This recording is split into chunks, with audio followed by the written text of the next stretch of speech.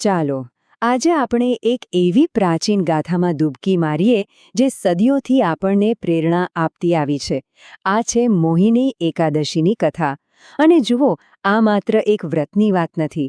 આ તો એક એવા શક્તિશાળી વચનની વાત છે જે સંપૂર્ણ શુદ્ધિ અને મુક્તિનો માર્ગ બતાવે છે.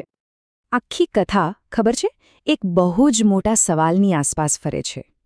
શું ખરેખર એવું બની શકે કે ફક્ત એક દિવસની ભક્તિ પણ સાચા દિલથી કરેલી આખી જિંદગીના પાપોને ધોઈ નાખે? સવાલ ઘણો મોટો છે અને એના જવાબમાં જ પરિવર્તનની એક અદ્ભુત ગાથા છુપાયેલી છે.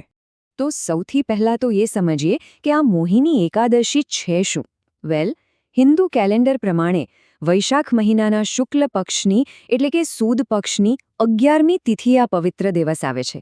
અને એનું મહત્વ સીધું જોડાયેલું છે પાપોના નાશ અને આત્માની મુક્તિ સાથે. બહુ જ ઊંડી વાત છે આ. તો આપણી આ કથા શરૂ થાય છે એક ખૂબસૂરત શહેરમાંથી. જરા કલ્પના કરો, શહેરનું નામ છે ભદ્રાવતી. પવિત્ર સરસ્વતી નદીના કિનારે વસેલું એક એવું રાજ્ય જ્યાં ચારે બાજુ શાંતિ અને સમૃદ્ધિ હતી. અને આ રાજ્ય પર રાજ કરતા હતા રાજા દ્રષ્ટબુદ્ધિ. હવે રાજા દૃષ્ટબુદ્ધિનો એક પુત્ર હતો. નામ એનું ધનપાલ. આમ જુઓ તો એક રાજકુમાર કેવો હોવો જોઈએ, ખરું ને?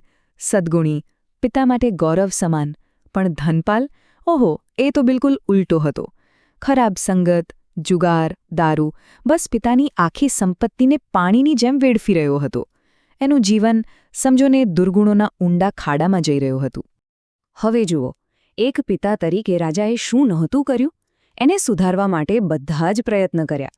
સમજાવ્યો, ધમકાવ્યો, પણ ધનપાલ પર કોઈ જ અસર ન થઈ. એટલે આખરે એક રાજાના ધર્મ અને એક પિતાની પીડા વચ્ચે એમણે એક ખૂબ જ કઠોર નિર્ણય લીધો. પોતાના જ દીકરાને રાજ્યમાંથી દેશનિકાલ કરી દીધો.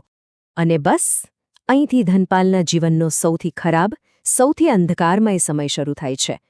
વિચાર તો કરો, એક જ ક્ષણમાં રાજમહેલનો બધો વૈભવ ગાયબ અને સામે હતી જંગલની કઠોર વાસ્તવિકતા.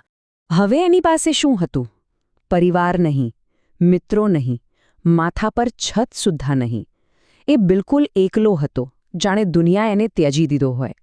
અને હવે દરેક પગલે એને પોતાની ભૂલોનો અહેસાસ થઈ રહ્યો હતો.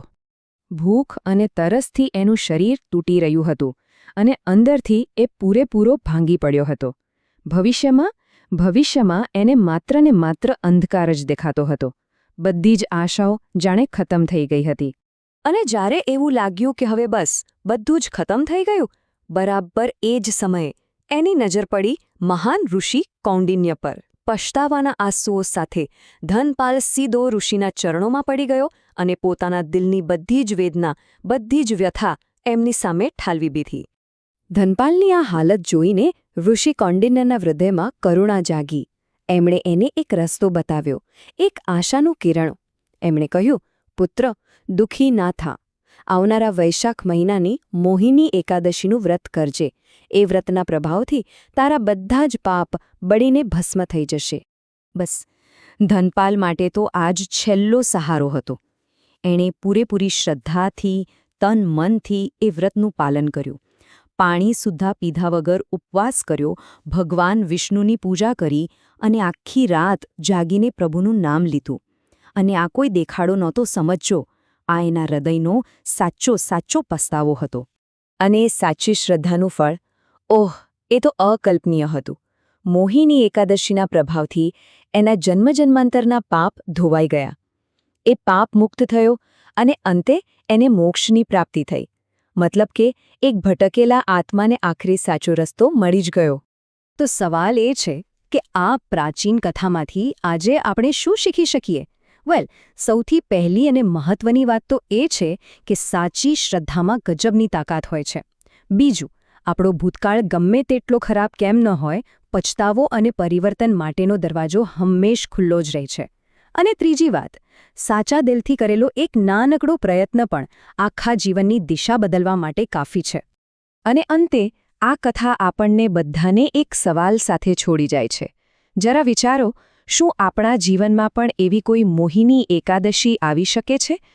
આપણા ભૂતકાળના બોજને ઉતારીને એકદમ નવી એક શુદ્ધ શરૂઆત કરવાનો ખરેખર અર્થ શું છે? મને લાગે છે કે કદાચ આનો જવાબ ક્યાંય બહાર નથી, પણ આપણી પોતાની અંદર આપણી શ્રદ્ધામાં જ છુપાયેલો છે.